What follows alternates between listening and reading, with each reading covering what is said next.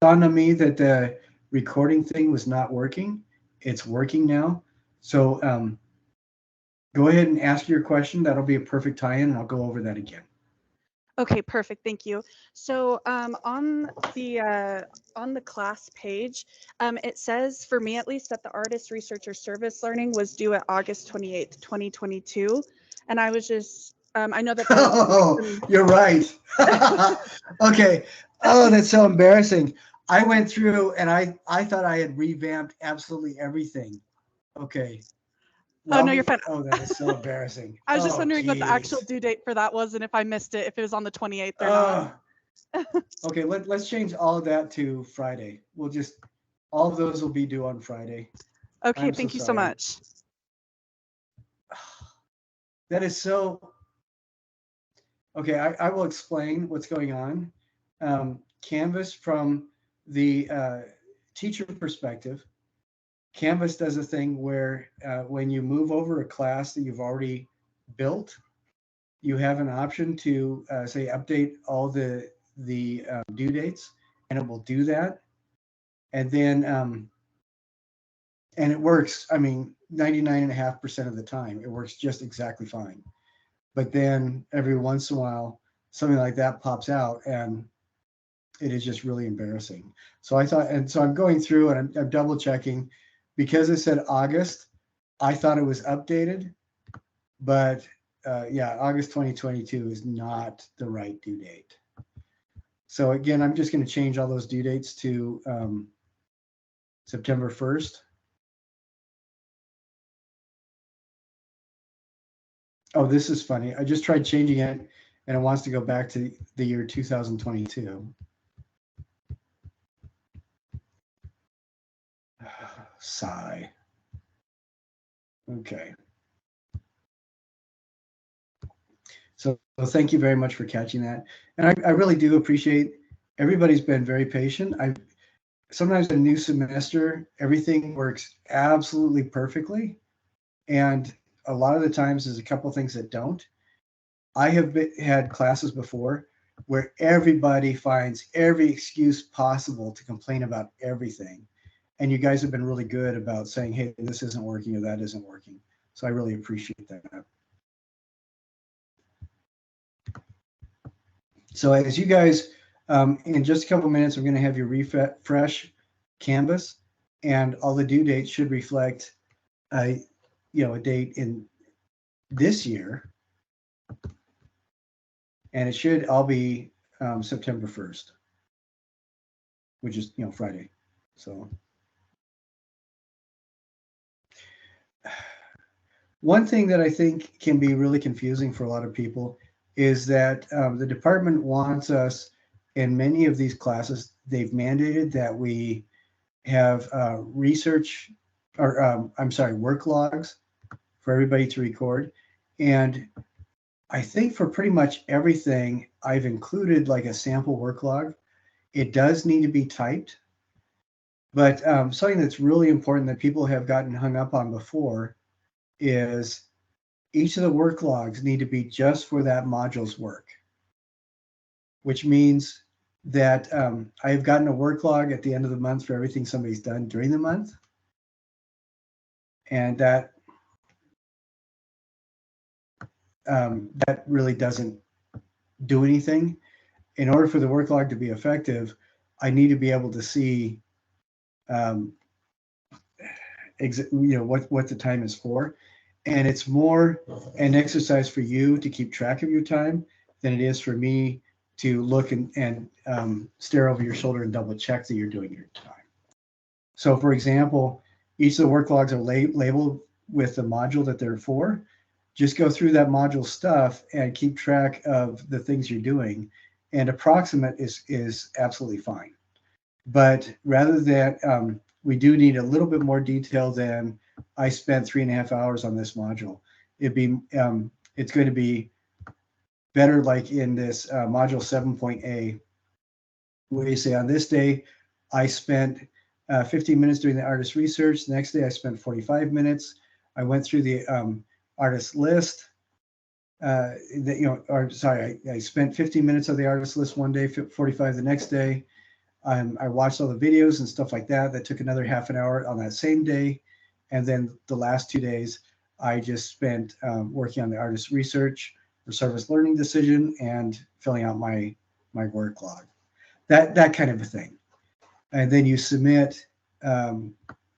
It just needs to be submitted, the activities you do related to the module that the work log is linked to.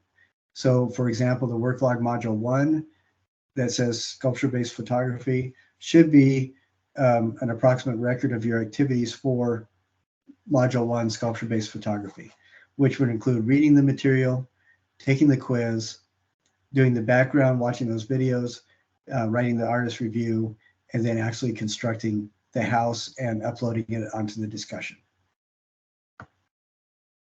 Does that make sense to folks?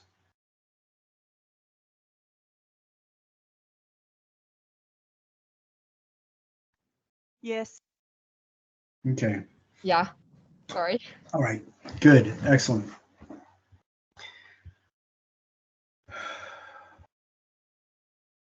Can I ask? Now, Oops, sorry. yeah, go for it.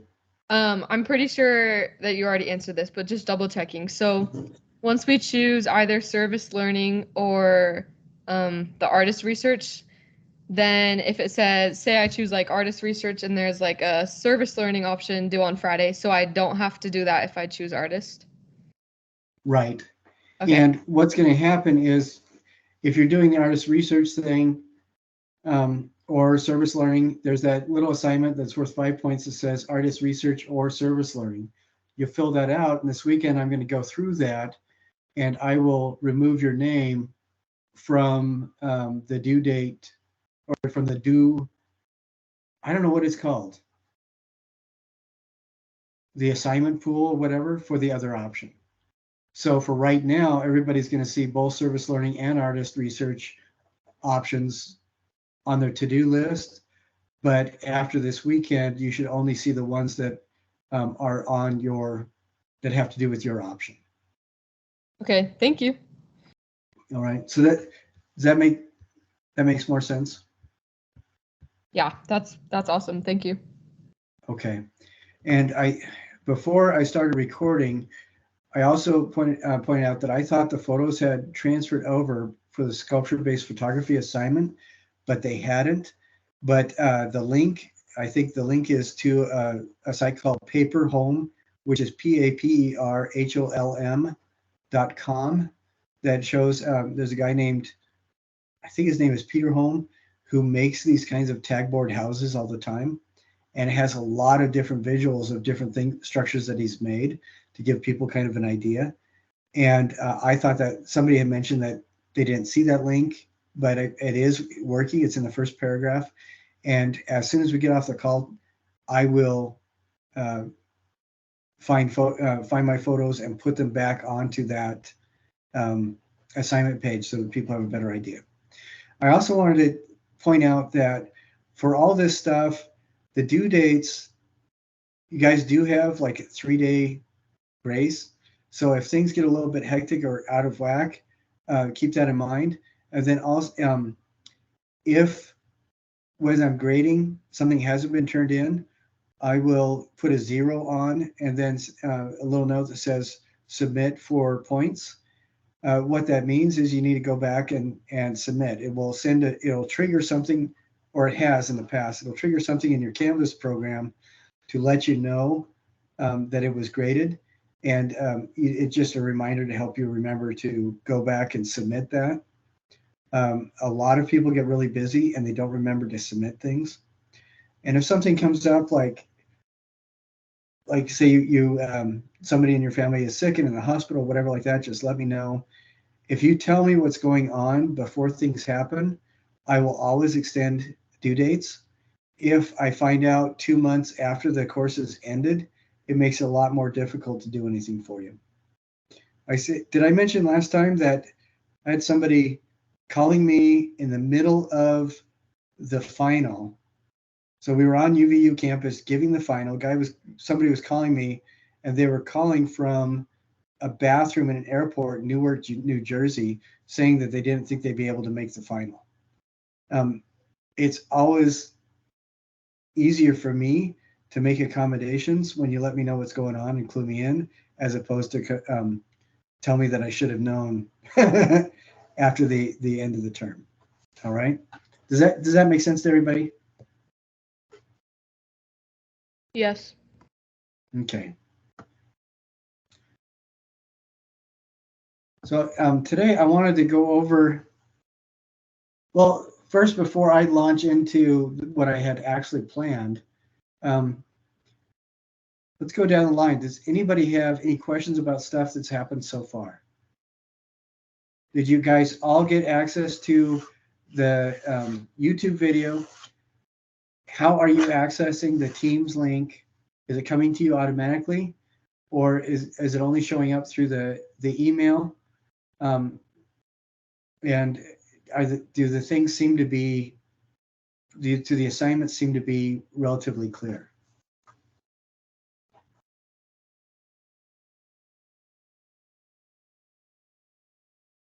I actually do have a quick question. Okay. So when I went to go pick up my kit, it actually didn't have any of the cardstock that we're supposed to make the paper houses or the houses out of in my kit at all. And so I just bought some of my own cardstock and I've been making it that way, but it didn't have any. So I just wanted to make sure that it was okay that I was using my own cardstock that I bought. Yeah, that's totally fine. And that's disappointing because Jason and I went through all those kits. We double checked everything. That must have been the one we missed, because we were just putting file folders in everybody's. And that's Yeah, what we were using for the tag board. And you said there was none in there. So I'm no, but sorry I about did that. have, no, it's okay, but I did have 2 rulers in there. So if somebody's missing a ruler, yeah, if you get back on campus, stop by Jason's office and give him the ruler, Okay. if you don't mind, and then we'll give Yeah. that to somebody else. But oh, geez, Okay, that's sounds pretty good. funny. That Thank way, you. if you have 2 rulers, you can measure twice as fast, right? Exactly. That's annoying. Any other observations? How did you guys get the notice for this? Was it automatic on Canvas? Was it automatic in your email, or was it the email I sent out like right as it started? I get it through the Teams app as well as the email you sent. There's a couple Okay, different ways it came to so me. the Teams app is working for you. Yeah, it let me know like 15 minutes ahead of time and gave me a couple notifications. Okay, that's what it's supposed to be doing, and that's what it's set up to do. So I'm glad it works for one person. That's better than not working for anybody. But thank you, Kale. Anybody else? How did you guys know about this, and how did you get on? Mine's just through my email. Just the email? Yeah, like the Outlook emails. Okay. And did you get that email when I sent it, like right at 6 o'clock? Yeah. Okay. Has anybody else other than Kale, has anybody else been getting the Teams notification? I have. I've gotten the Teams and I got a Canvas notification as well. Okay. 15 minutes before, so. All right. That is weird. Okay, I'm going to see if I can get a hold of the tech guys and find out why it's not working for everybody, because Lily and Emma and Emmeline and everybody else, you guys should be getting, like Kale and Hallie, you should be getting the those Canvas or Teams notifications like 10 or 15 minutes before. So that is kind of annoying.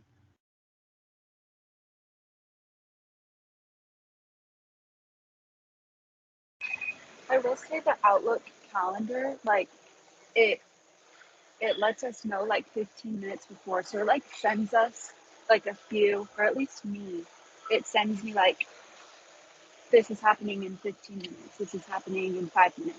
So it does like update us, but it's through the Outlook one. Okay, it's through the Outlook. Okay. The way it was explained to me is that the way that I set up the module, there's a page on there that says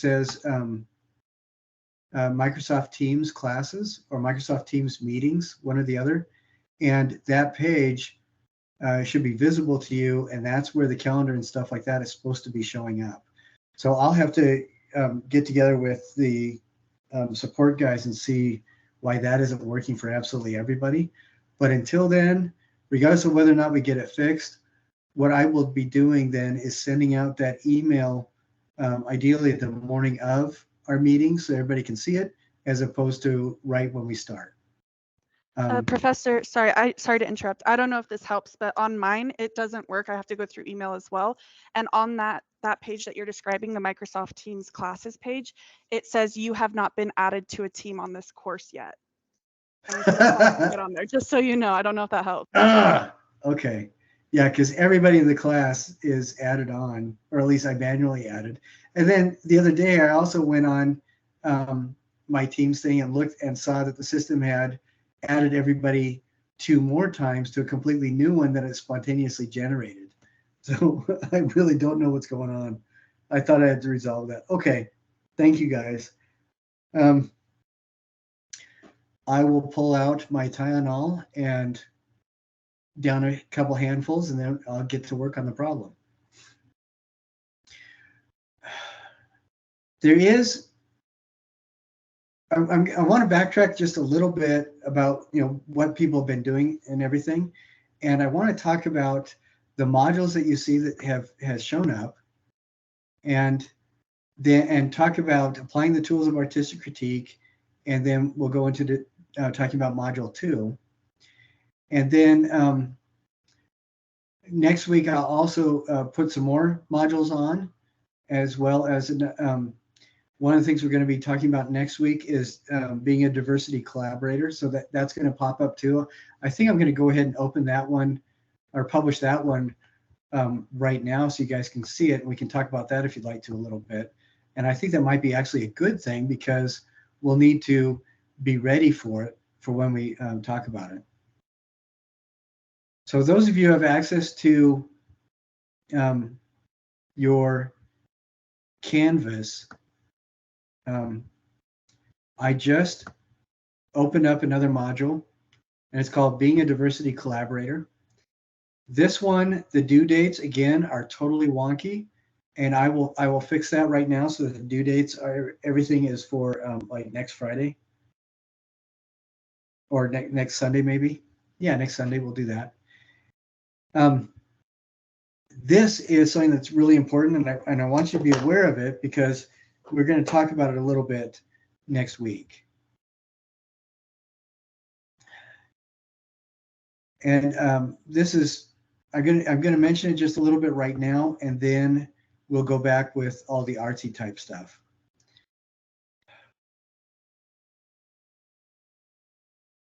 Art, visual, particularly visual imagery, and then also even music and poetry and theater and all those kinds of things as well.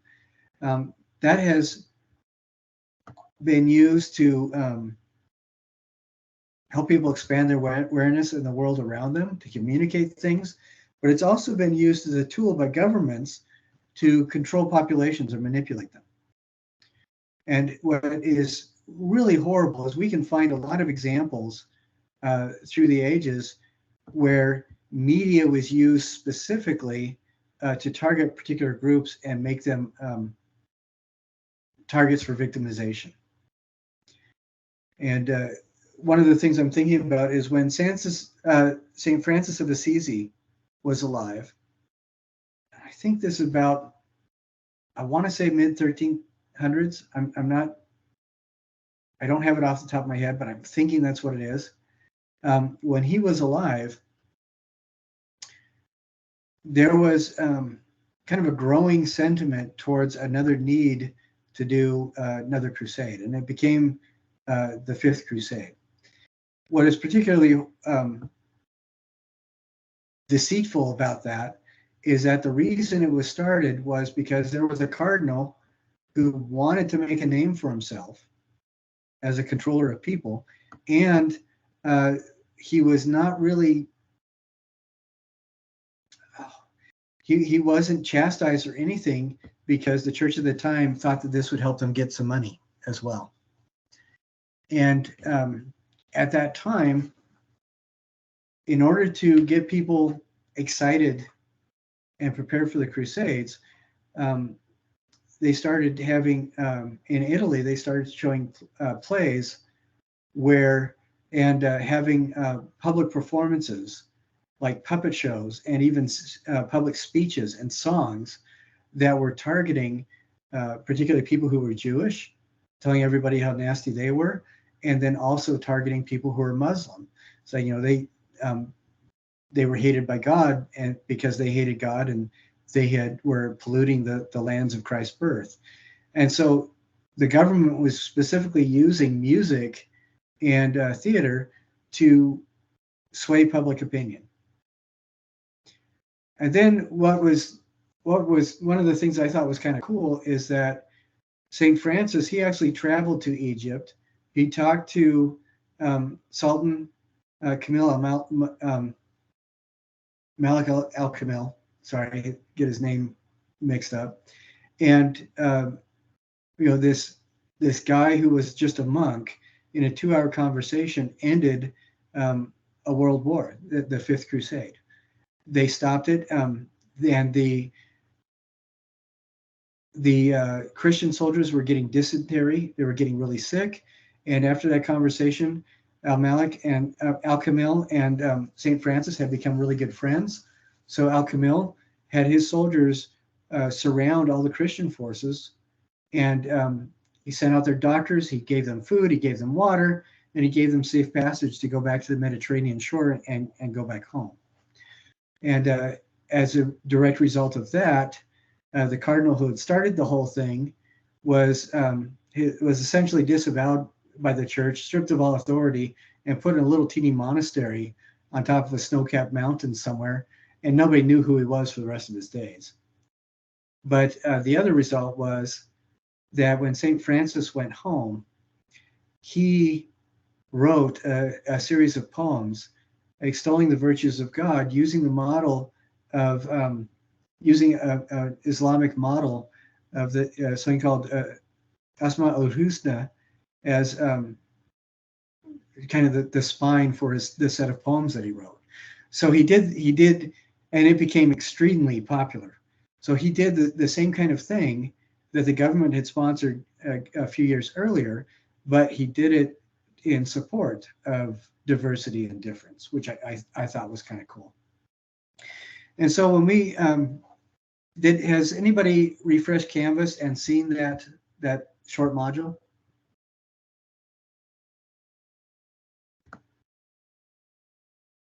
Yeah, it's there.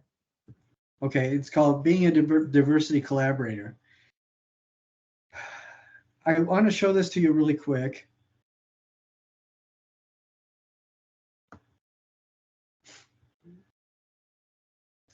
There are some videos that I have in it and things like that I want you to look at.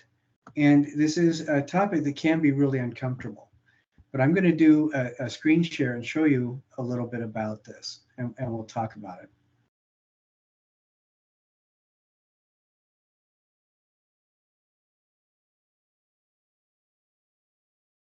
Well, I thought I was going to. Okay, there we go. All right, here we go. Technology is our friend. As we get, it seems that the news, particularly news driven by or news shared through social media channels, is very good at trying to entertain us or get us excited. And right now, there's a lot of news that gets us excited about things like race relations and people who are different. I think this is really, really sad, but it does give us a perfect view as to how nasty art can be used to be divisive. And all of us have seen examples of this. What I've shown here is this is actually a picture of a guidebook that was from a guidebook given to Soviet police in the 1950s. And the Soviet Empire had tied together a lot of countries that had remained separate and diverse for a long time. And what this did, this handbook for police was designed to show police how you could identify criminals by their racial type. And can everybody see this image?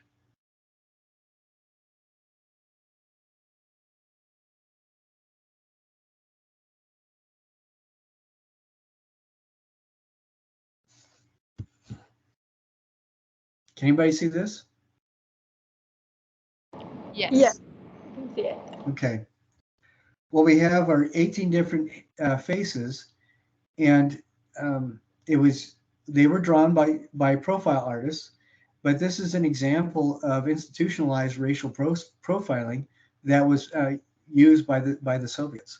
And it seems to me that most of these huge foam finger air quote racial types are identified by just how mean looking their eyes are, or their beard or their hairstyle. And I think it's pretty sad that if you're scared, you've been a victim of a crime, and a policeman shows you this and says, "Okay, I know that one of these people did it. Who is it?" I mean, what are you supposed to do? And I think this was a really good example of how art is used in this instance to divide. These people, if they weren't scowling, if they were smiling, I mean, nobody'd be able to pick them out of the crowd. But instead, you have the guy number 18 with the beard and the bald head and the scowl and the mustache. Obviously, he's a bad dude. And so everybody that I guess looks like him must also be a bad dude. Or at the very least, you should be scared of him.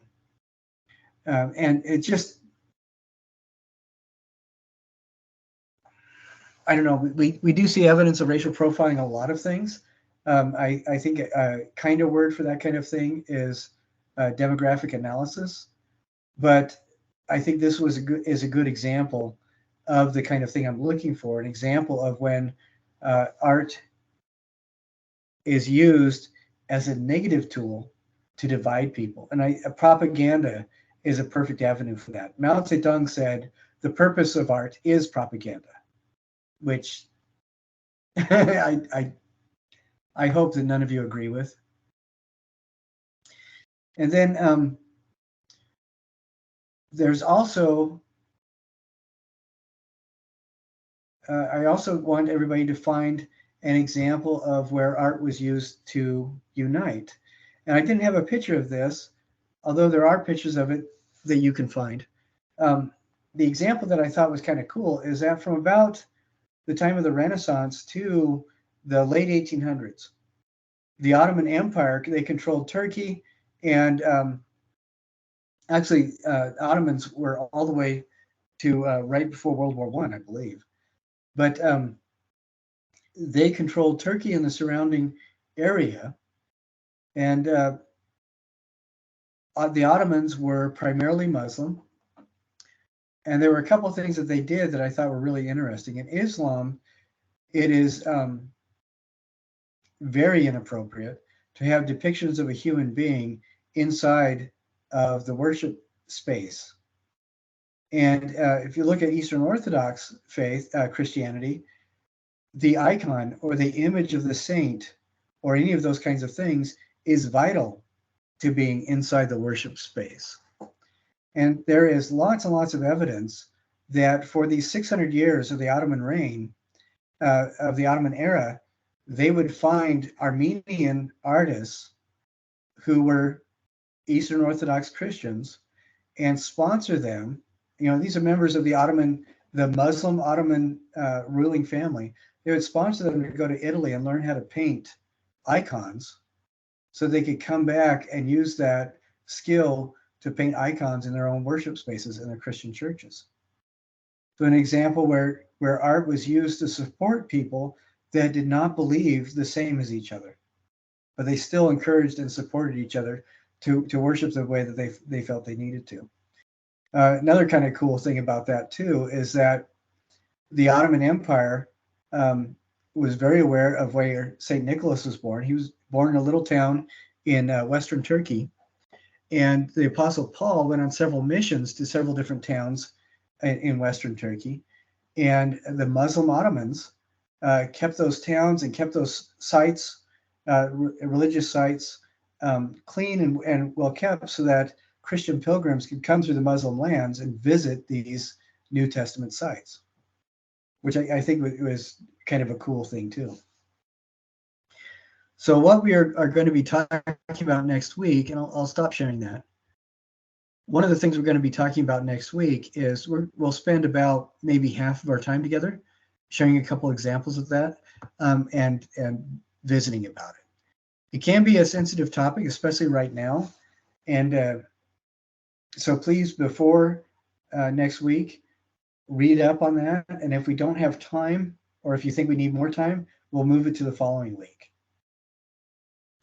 But I think one of the beautiful things about art is because it does communicate outside of the restrictions of language, and it can communicate across time, we can do remarkable things to help heal and support each other.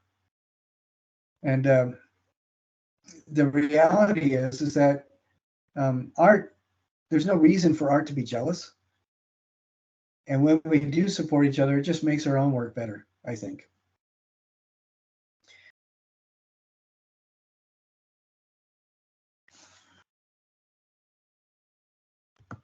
Did everybody watch the second disaster video? In that module 7.A?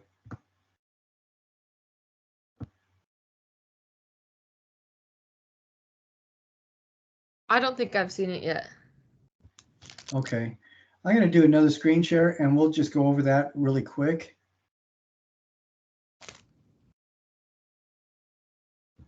Let's see. All right, here we go. There are a couple different elements to this module 7.A. One is most of it is stuff that everybody needs to do and go through and read and all that kind of junk. And then there are two main assignments where if you choose one option, you do it. And if you choose the other option, you do that, but you don't do both. With the artist list, can you guys see this?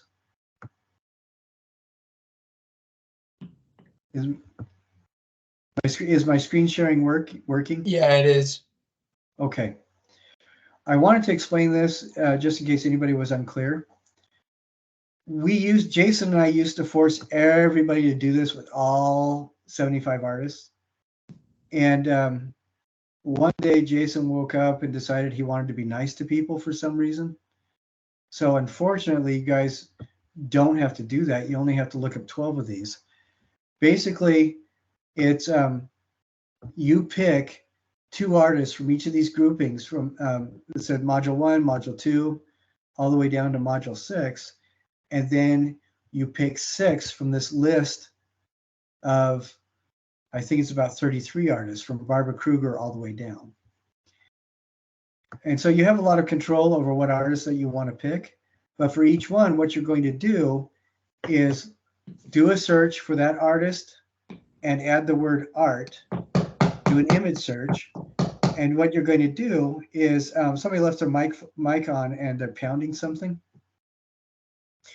What you're going to do for each of the artists that you pick is write down the artist's name, write the title of whatever piece of art that you've settled on, and then write a 5 to 8 word description.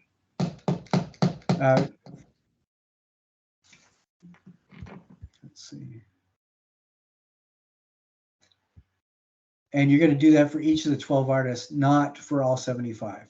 So say for module 1, you pick Andy Goldsworthy and Sandy Skoglund. You're going to find one image by each of them of work that they've done. You're going to write, then when you submit this, you're going to write Andy Goldsworthy, comma, title of the work, comma, and then 5 to 8 words that describe it. And then go to your next artist and all that kind of stuff. So maybe for module 1, you pick Andy and Sandy. For module 2, you pick Ruth Asawa and Martin Sen. For module 3, you pick Jan Hansarp and Henry Moore. Okay, does that make sense to everybody?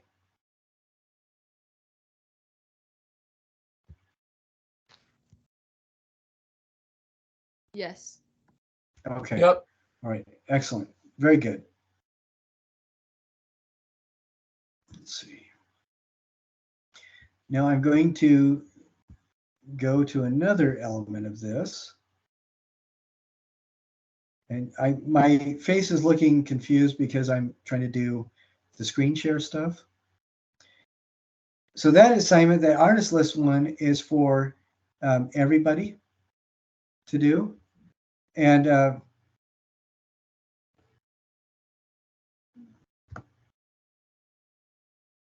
okay, let's see. I'm trying to open up a video that I want to share, but I don't know if it's working. And then this video is also something that everybody needs to watch. So some of these things are for everybody, like I said, but when it says, is it the artist research option or the service learning option, that's when you pick one or the other. And it looks like I'm not going to be able to get that video to work. And the title of the video is Best Intentions When Disaster Relief Brings Anything But Relief. And this has a link to it called the Second Disaster. And so I would like, if you guys wouldn't mind, if anybody has clicked that and the video has not shown up at all, let me know so I can go in and put in a better link so that everybody can see that video. And what this video essentially does is showcase how in a number of different disasters, the people that were trying to help actually made a bigger mess than the disaster itself. And we can see that a couple times in a number of examples, sadly, where in order to avoid having the rotting goods that were donated make people sick, people have to put them on the beach and burn them. And then people in the US get all upset because it looks like the stuff that they donated is just being thrown away. You know, these people really don't want my help, so why even bother? And when the reality is, if we want to help somebody, the first thing we need to do is find out what the person really needs. Several years ago, in the late 80s, I was living in Alabama in a town where 5 tornadoes touched down one night. The next morning, it was, went out, volunteered to help clean some things up and, rescue people and all that kind of stuff. But immediately, a lot of church groups were trying, and elsewhere in the state, were trying to get food supplies and donations together to help people. And there wasn't really a lot of coordination. Within about a week or so, more people ended up getting sick from food poisoning because there was no place to keep the food fresh until it was fed to people. More people ended up getting food poisoning than had gotten hurt by the tornadoes themselves. And the simplest way to resolve this is when you are, for example, particularly if you're doing your service learning option, find out what's needed. And this can be a little bit of a challenge because you're going to find that not everybody that you reach out to will reach back and respond to you. And so UVU on campus has a couple of things that you can go to, I think over in the student union area, where you can connect with people directly that are looking for help. And you can also, I did a number of online searches. Several of you have already had really good ideas. And the spread of this kind of thing is profound. Use your creativity. One thing that I have not seen in this class, which I'm very grateful for, is somebody wanting to do service learning doesn't ever go and set up chairs to something. The service learning option should be an expression of what you can do to fill a community need and what you can do that has to do or is connected directly to your skills as an artist. I'm just going to give 2 examples. One person, we started doing this around COVID. She had family friends who were going to lose their restaurant because nobody was coming in. Even though these people were doing delivery and stuff like that, people had just lost sight of them. And were no longer ordering food from them. So what this young lady did, she's a professional skateboard artist. She actually designed some. It may have been more than one. I think it was one primarily, but she designed a special custom skateboard that was really beautifully put together. And she contacted the people who were her suppliers, the people who supplied each of the elements of the skateboard that she put together to make this thing. And the people that knew that she was doing these paintings, that the graphic design groups that she had worked with before, she connected with all of them, and all of them on their social media as well used her skateboard design as an excuse to let everybody know about this restaurant. And because of her service in building a custom skateboard with the restaurant's logo on it, and her connections with her network, essentially she was able to save that family's business during COVID. They were able to get the orders that they needed to stay viable until COVID was done. And it was really a very good service project with a really happy conclusion. Another person had a really difficult time. The third time, well, every time he reached out to somebody, they would say, "Yeah, it sounds like a great idea. Let's talk." So he would start developing a service project with them. So yeah, we have these needs. You can meet them by doing this, and then halfway through, they would stop responding, or they'd say, "No, we're going to go in a different direction." And after the second time it happened, I said, "Buddy, just do the service learning thing. And I mean, just do the artist research option, because this isn't working." And he said, "No, I really, this is what I really want to do. I'm going to keep trying." Believe it or not, that happened 2 more times. And finally, at the 5th time, he looked around his neighborhood, and there were only 2 weeks left in the semester. There was a gentleman who, his family was no longer paying attention to him. He was really depressed. His house, his yard was kind of falling apart, and he had chickens in the backyard that he was raising. That was the only thing that he really occupied his time with. And so this young man went over and designed and built, with community help, a sculptural chicken coop for this guy. And he also coordinated people coming to mow the guy's grass, to clean up the yard, and these kinds of things as well.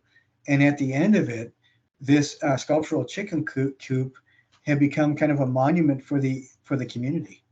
And it was really kind of a cool thing.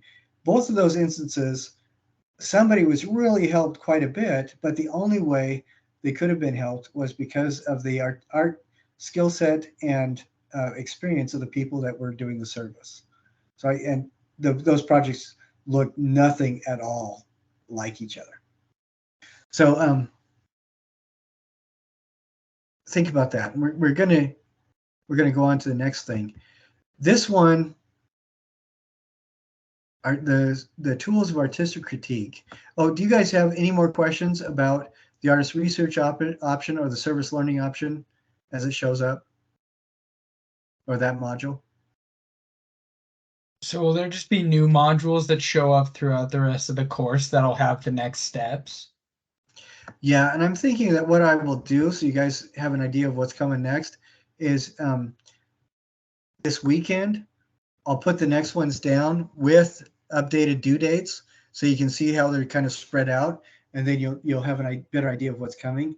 But I'm not going to do that until after I hear from people as to which option they're doing, and then I know to publish.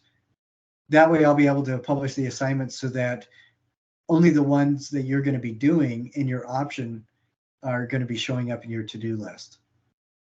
Does that make sense to anybody?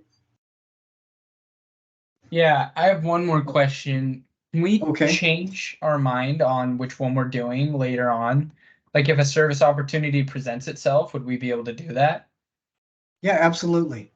I have had people switch back and forth a number of times where somebody starts doing the research option, and then they realize, actually, I can help out. You know, my mom has a friend who teaches kids on the spectrum, and she needs some graphic work done to advertise her classes. I can definitely do that. Yeah, please. Yeah. if you change your mind, or the opportunity presents itself to do something different, or on the other hand, if your service learning is falling through, nobody's getting back to you, and you need to do research, just let me know, and then I'll switch those assignments back. So yeah, you can switch. That's no problem at all. That's a really good question.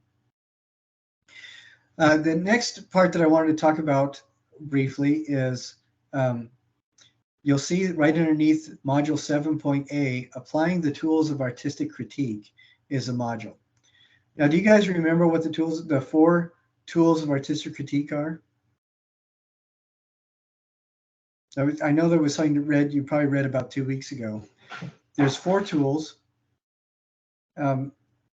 describe, analyze, interpret, and evaluate. These are important. If I say the word critique or critical, what's the first impression that pops in your mind? Is it positive or negative?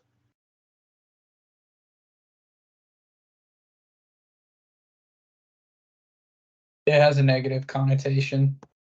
Yeah, it definitely does. And that's a real shame, because especially in the fields that we're in art, critique and critical should not necessarily, those words should not by themselves necessarily have a negative connotation. And I'll tell you why. Because critical means with an agenda or on purpose. And so when we are applying rules for critical thought, when we are critically thinking about something, sadly, most of us think that just means you tear it apart. You're negative about it. But what it actually means is we are thinking with purpose. We're thinking with intent. The Dalai Lama said the biggest thing we need today, to save the world, essentially, is critical thinking. Now, when we're talking about critique, I imagine all of you have had the experience where one of your projects was critiqued, and the person only told you all the mistakes you've made. How many of you have had that experience? I have. And you have. And if your mic isn't working, you can raise your hand or whatever too. But I think almost all of us have had that experience. And when a teacher in one of your art classes says, "Okay, today we're going to do artistic critiques," I mean, it kind of sucks, doesn't it? I never like that. I don't want to hear what I've done wrong. The reality is we are our own worst critics for that kind of negative self-talk, that kind of negative talk, because we know that it could be better. And that's really a shame too. Those 4 tools, describe, analyze, interpret, and evaluate, I have outlined. If you go up to the course overview and go down there towards the bottom of that module, or about halfway through, you see Introduction to the Tools of Artistic Critique, and then Tools of Artistic Critique. Both of those were things that everybody was supposed to read like 2 weeks ago, so I can appreciate that you probably don't remember it. But I want you to revisit those, the Tools of Artistic Critique, and revisit those 4 things, because we will talk about them pretty much every time we get together for the rest of the term. Describe is where we're addressing the what of whatever the art is that we're looking at. Where we're looking at the physical dimensions, we're looking at the colors, we're looking at the styles, we're looking at the materials, those kinds of things. The analysis or analyzing is when we are addressing the how, where we're trying to figure out how the person made it. How did they make those kinds of decisions to put this together? What were the tools they may have used? How did they manipulate the materials that they used? Then the third is interpret, and that's when we are addressing the why. Why did the person make these kinds of choices? How does that give us an insight into their worldview? Does that give us an insight into their value system? Does that give us an insight into the cultural context of whoever made it? or what the object is. And then the fourth evaluate is when we decide, is this successful? Is it successful for an overall art piece? Is it successful as a masterwork? Is it successful as it fulfills the assignment? And when you do this, you'll notice in applying the tools of artistic critique module, there's an assignment that where you critique your own work and you critique someone else's work. When you critique your own work, you are going to pretend that you've never seen it before. Like I said, we are the harshest and most brutal and nasty to ourselves than we are to anybody else. When you pretend that you have never seen anything before, divorce your ego from what it is you're looking at and just follow these 4 steps, apply the 4 tools. It is fascinating because every single time people learn more about what they have seen or what is placed before them than they did before they started. And many times you'll find that your opinion completely changes. This also, if you're doing your own work, it helps you to realize that whether or not the art is quote unquote perfect, and we misuse that word all the time. Perfect does not mean that there can be no improvement. Perfect only means that the thing before us is complete. And that varies with what the intent of the thing is. If this is an exercise to help us to learn better, when we're done with the exercise and we've learned, then what we've done was perfect because it accomplished what it was intended to do just exactly the way it was supposed to do it. And so you guys are a lot better than you, when you look at and when you're self-critical, I hope that you appreciate the fact that you are a lot better than you give yourself credit to be. But you'll also notice that on this module, even though it's listed right after 7.A, the due date isn't until December. And in about a month, I'm going to start asking for volunteers to start doing these, and so that people can get them done way before December. And one of the best times to do this is over Thanksgiving break as well. But I want to wait a month and then invite people to start volunteering, because after a month, you'll have 2 or 3 projects finished. And then there'll be something posted where you can critique your own work or somebody else's. Or say you want to critique somebody else's work right now and your own work later, or the other way around, and that's perfectly fine. And what this requires is you will do a video where you show an image of the artwork and you record yourself talking about it and addressing each of the 4 tools of artistic critique in order, looking at this artwork. So our experience will be, and then you'll upload that video. If you are on Vimeo or whatever like that, you'll give us the link. But from our experience will be seeing the artwork that you're critiquing and then hearing your voice as you talk about it. So that's what that is. Now I want to get back to the thing that everybody's going to start on this next week.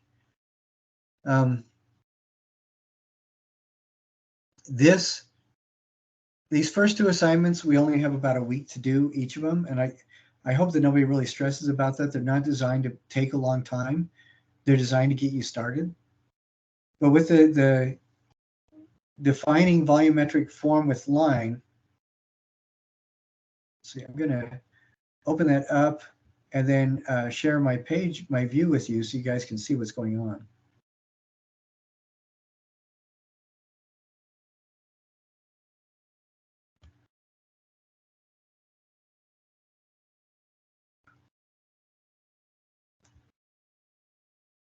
The examples on this one represent good examples of what we're going for, as well as bad examples. It shows us both, but the artists that we're kind of portraying have all addressed this idea of creating volumetric form with line in different ways.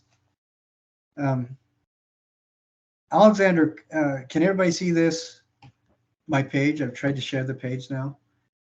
It says background defining volumetric form with line. Can everybody see that page? Yeah.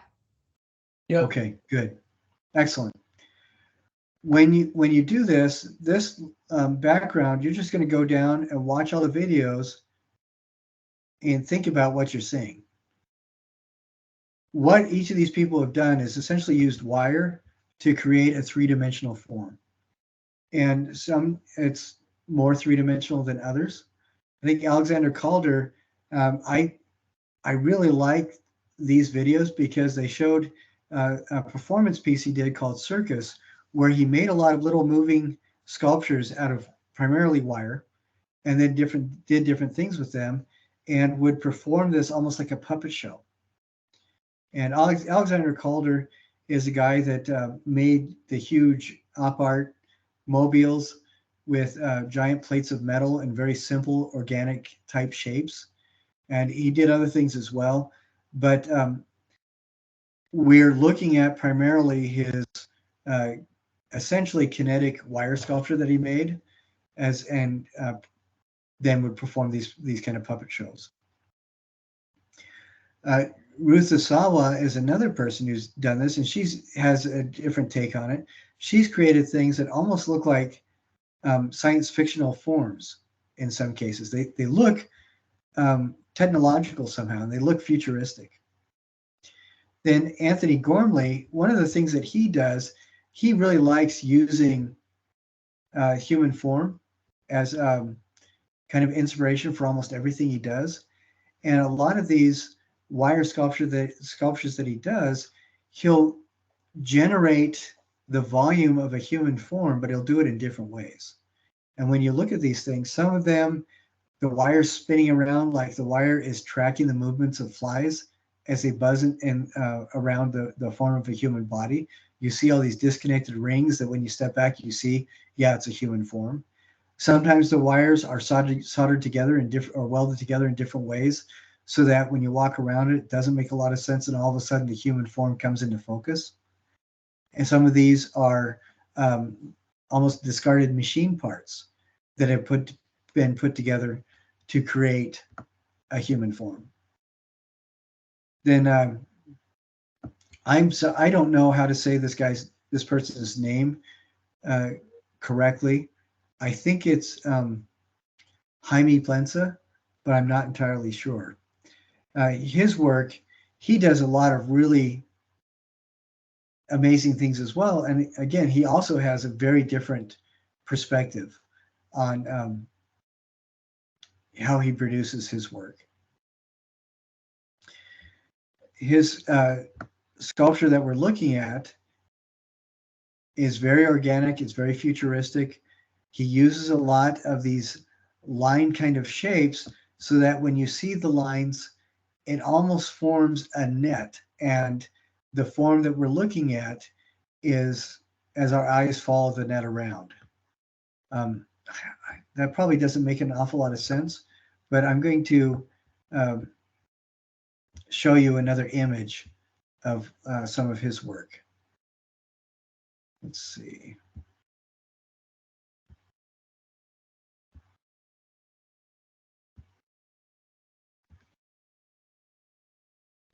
All right, can you see this image on the right of this page? Where it looks like it's just a really big human head. And it looks like it's made out of a wire mesh. Can you guys see that? Yes.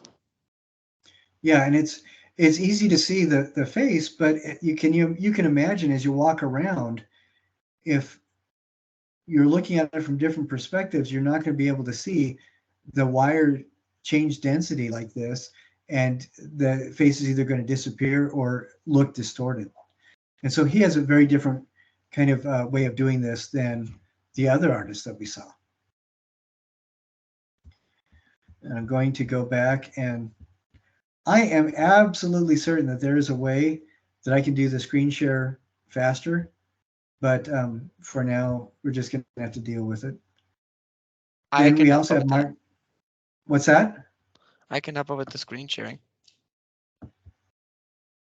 How, can we do the screen share from multiple screens and just zip back and forth? I'm pretty sure, but it had to be for individual person. But for the person on the screen, you can only share only your screen. Okay. All right. Well, I will work on that and hopefully have it sorted by the next time we're together. But can you see right now we're looking at the page that shows Martin Sen and David Oliveira? And can everybody see this page that I'm sharing? I can. Okay, good. Now on this, Martin Sen does stuff that is a little bit more personal, a little bit more to the scale of the individual, and he concentrates an awful lot, like Anthony Gormley, on human accessible forms. And Anthony Gormley does a lot of really big scale stuff. Martin Sen does a lot of simpler stuff that is scaled down more to an actual human form size. And then David Oliveira, he does some really beautiful stuff that he uses different gauges of wire, different kinds of wire, different materials that he throws in. So it looks like a very gestural three-dimensional sketch of his subject matter. So each of them do very different things with wire to generate form, and all of them I think are really remarkable. So that's the background for this. The actual project itself, you're going to be making a wire sculpture with the wire that you've got in your kit. And you're going to be doing something along the lines of gestural drawing with lots of lines. And then you're going to be seeing how you can translate into that three-dimensional form with your wire. Now, the time limits that I have on this, I don't think that they are very accurate. What I would like you to do is just keep track of your own time and kind of, you can use that to kind of inform how you're doing. But there's lots of examples of what people have done in the past. And I want to go down and show you what the most successful examples are for our purposes. Because the next thing we're going to be doing is applying skin to this and making a structure with skin, if that seems practical. If it doesn't seem practical, then we'll do something else. But if we look at, can you see the shoes on the upper left and the teddy bear on the upper right? Can everybody see that? Yep. Yeah. Okay. The wire for the shoes was used to create this form that reads very easily as shoes. It isn't really super sturdy, but it might kind of sort of work for what we need. And then we have the teddy bear on the right, that the wire was used to provide a lot of sturdiness for this. And you can kind of see how the wire made almost this three-dimensional patchwork. And it looks like the wire is placed where the person's sketch lines might very well be. We scroll down a little bit, we see a Popeye on the left, we see a Star Wars walker on the right. Go down a little bit more, we see something in a bird cage, and then we see something that looks like a horse-type figure on the right. Now, these are, I'm showing these because they are different levels of successfulness for this assignment. And then we have the fish at the bottom. If we're just designing something with three-dimensional form using the wire, I think one of the best ones in this is the fish. Because it's humorous, it has a lot of energy to it, and it reads pretty well as its own finished thing. One that I think is perhaps a little bit less successful is this cage on the left. One of the reasons I say that is there's a lot of interesting things going on in the bottom part. We have a very fascinating texture with those circles going around in that horizontal band. But for the top, all we have are these hoops going up to meet in the center. And then we have an interesting thing with the bird as well.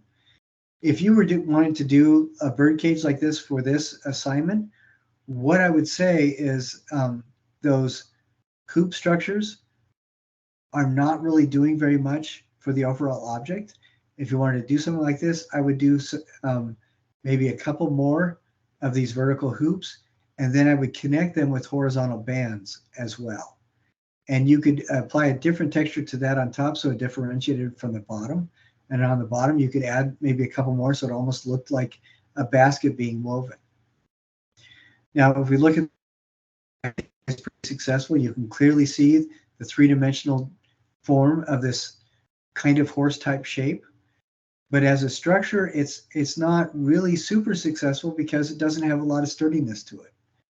The legs and the neck are defined just by coils rather than anything that's going to have any stability. We go up here, we look at Popeye and the walker. I think the legs of the walker really read successfully. That's a really good form, but the head, probably not so much. What I would do to this to make the head read better and to feel better, more successful, would be to probably add more to define those surfaces a little bit. And it wouldn't take an awful lot. It would just take something, wire going across these edges to help define the top surface, for example.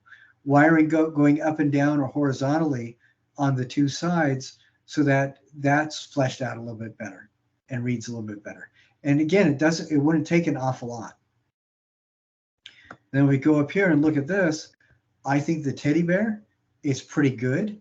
The coils along the arms, I think, leave a little bit to be desired, just because even though they do define the form or the volume, they're really not that sturdy. They're just coils. On the shoes, though, I look at that and yeah, it doesn't look like it's super sturdy, but this looks like a really good resolution for the project, I think, because the shoes read really well as existing in volumetric space. What are your guys' takes on this? Can you kind of see what I'm talking about with those different images of use of wire to make the volumetric form? So the end goal is going to be paper macheing on top of this? No, I don't think so. We want to, this is something that I think is good to have so many of you here. Let's talk about that just a little bit. We can use this. We're going to be applying a skin on it, but we're not going to be covering the whole thing with skin. You want to use the skin as something that is just as important as the wire underneath it. So if we, for example, are applying a skin to the shoes, we're not going to be applying a paper mache to the entire thing. Maybe you would apply for like this panel here over the toe and maybe some of the heel. Maybe on this one, you would apply a skin for the edge of that sole all the way around, and maybe something up here where the skin becomes an element of that and not something that hides all the wire work. And that's something that I still, I don't know. I don't think I necessarily want to do that. And that's something that we're going to have to talk about. But the skin is definitely going to be, the skin and structure is definitely going to be the next project that we look at. What do you guys think? Do you think it makes more sense just to look at this as its own thing and just to concentrate on creating a volumetric form with wire that is visually interesting? Or should we be looking ahead at all? My inclination right now is let's just do this wire as its own thing. What do you guys think? I would rather focus on just the wire, be able to put more work into that. Okay, all right. I think that's really good. The other option was proposed over a block term. When we don't have very much time, we have to move through everything really quick. But I agree with you. I think let's just concentrate on the wire being its own thing. And so one of the things I want you to see on all this is that none of these things reside entirely in two-dimensional space. All of them have that kind of scribble feel to it, as you see in these original studies that were done. They all feel like they have that kind of activity because the wire is being used as essentially a pencil line in three-dimensional space. Now, one thing that people have done before, especially if they're concentrate almost entirely on 2 dimensions in their artwork so far, is they may make these things quite flat. And this is where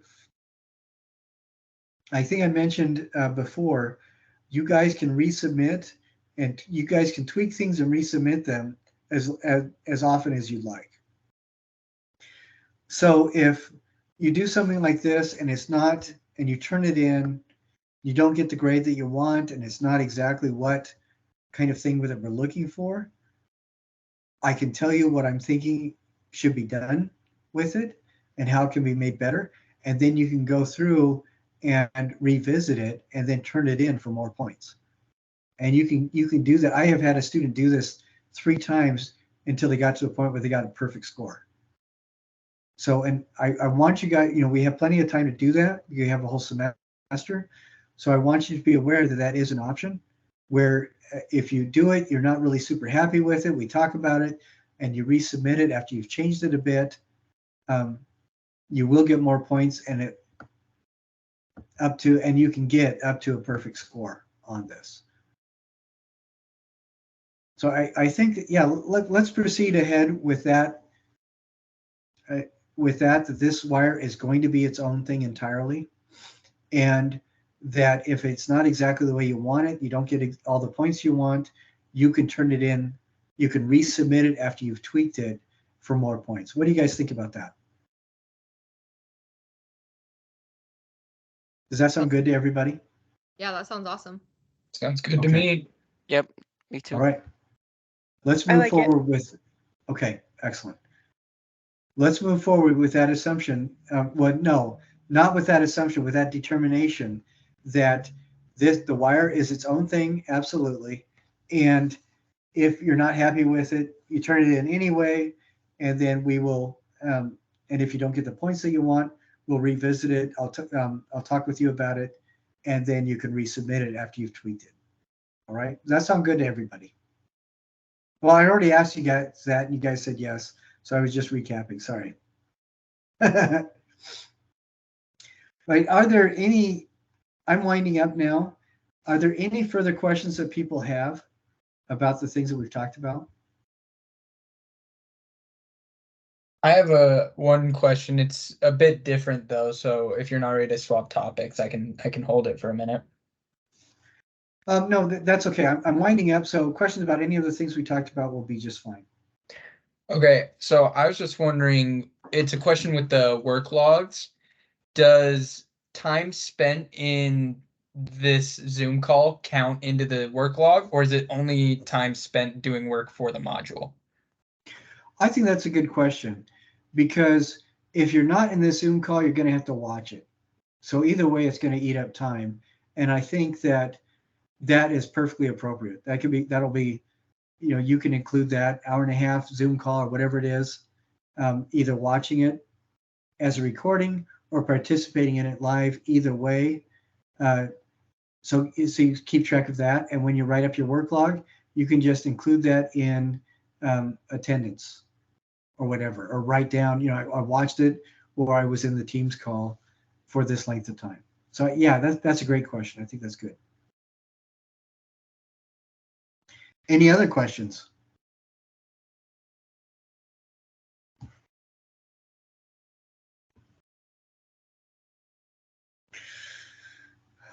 All right. Well, if you guys don't have any questions, that means you guys know everything, and my job is done. And so we'll tie it up for today and get together again next week, next Wednesday. And I will send everybody a link on via email, as well as I'm going to see if I can get a hold of the tech guys and find out how we can fix this so everybody gets the notifications. All right, for the meetings, and we'll get that all sorted out. All righty, if there's no more questions, I'm all done, and you guys are perfectly good to go. I hope you have an awesome weekend, and do your best not to do anything that would require getting arrested, and be super safe. This is one of the most dangerous weekends for travel, so you guys really pay attention and be careful, okay? Okay, Sounds thank good. you. Thanks, Professor. Thanks. Thanks. All right, I will look forward to seeing you guys next week. Oh, wait, real quick. Is there going to be an